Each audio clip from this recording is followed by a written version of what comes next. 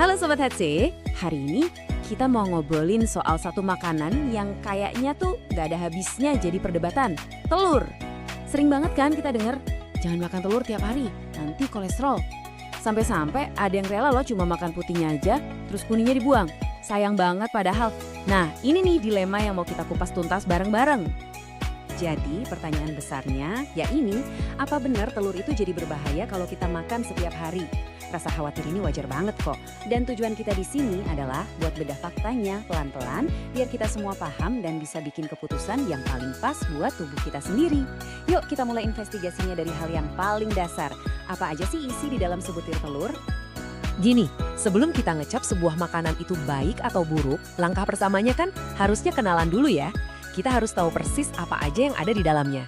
Nah sekarang mari kita bedah bareng-bareng paket nutrisi super lengkap yang ada di dalam telur. Coba kita lihat, dalam satu butir telur aja yang ukuran sedang, kita udah dapat sekitar 78 kalori, 5 gram lemak, dan yang paling juara sekitar 6 gram protein berkualitas tinggi. Kenapa dibilang berkualitas tinggi? Karena protein telur itu komplit, punya semua asam amino esensial yang dibutuhin tubuh kita buat ngebangun otot dan perbaikan sel. Dan catat ya, protein ini ada di putih dan kuningnya, jadi dua-duanya penting. Nah, ini dia bagian yang sering jadi korban, kuning telur. Padahal disinilah letak harta karunnya. Di dalam kuning telur itu ada DHA dan EPA. Ini jenis omega 3 yang vital banget buat kesehatan otak kita. Terus ada kolin dan lecitin yang bantu tubuh kita ngolah lemak jadi lebih efisien. Belum lagi vitamin A, D, E, K2 plus mineral penting kayak kalsium. Jadi ini tuh bener-bener satu paket nutrisi yang luar biasa lengkap. Oke, sekarang kita masuk ke biang keladinya nih, topik yang paling bikin kita semua was-was, kolesterol. Yuk, sekarang waktunya kita pisahkan mana fakta, mana rasa takut yang mungkin udah terlanjur menyebar luas. Nah, ini bagian yang paling penting. Coba kita pahami pelan-pelan ya. Kita itu harus bisa bedain dua jenis kolesterol. Satu, kolesterol yang kita dapat dari makanan. Dua, kolesterol yang diproduksi sendiri oleh tubuh kita. Anggap aja tubuh kita, terutama organ hati, itu kayak pabrik kolesterol yang super canggih. Kalau kita makan kolesterol dari luar, misalnya dari telur, pabrik di dalam tubuh kita ini bakal bilang, oke, stop produksi dulu, udah ada pasokan dari luar. Sebaliknya, kalau asupan kita kurang, pabriknya bakal kerja lebih giat. Canggih kan sistem pengaturannya?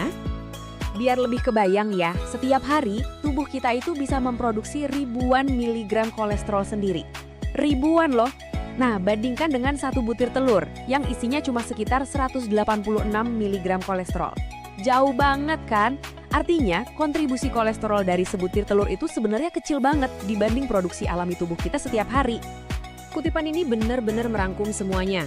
Tubuh kita itu udah punya sistem penyeimbang otomatis.